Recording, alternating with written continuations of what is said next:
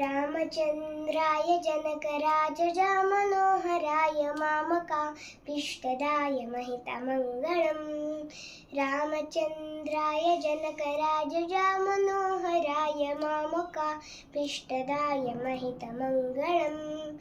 कोसलेशाय मन्दहासदासपोषणाय वासवादिविनुतसद्वराय मङ्गलम् कोसलेशाय मन्दहासदासपोषणाय वासवादिविनुतसद्वराय मङ्गलम्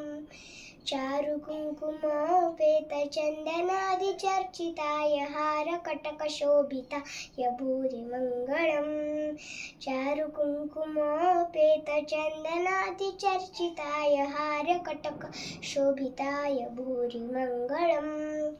ललितरत्नकुण्डलाय तुलसीवनमालिकाय जलदसदृशदेहाय चारुमङ्गलम् ललितरत्नकुण्डलाय तुलसीवनमालिकाय जलदसदृशदेहाय चारुमङ्गलम् देवकीसुपुत्राय देवदेवोत्तमाय भावजा गुरुवराय भव्यमङ्गलम् देवकीसुपुत्राय देवदेवोत्तमाय भावजा गुरुवराय भव्यमङ्गलम् पुण्डरीकाक्षाय पूर्णचन्द्राननाय अण्डजातवाहनाय अतुलमङ्गलम् पुण्डरीकाक्षाय पूर्णचन्द्राननाय अण्डजातवाहनाय अतुलमङ्गलम्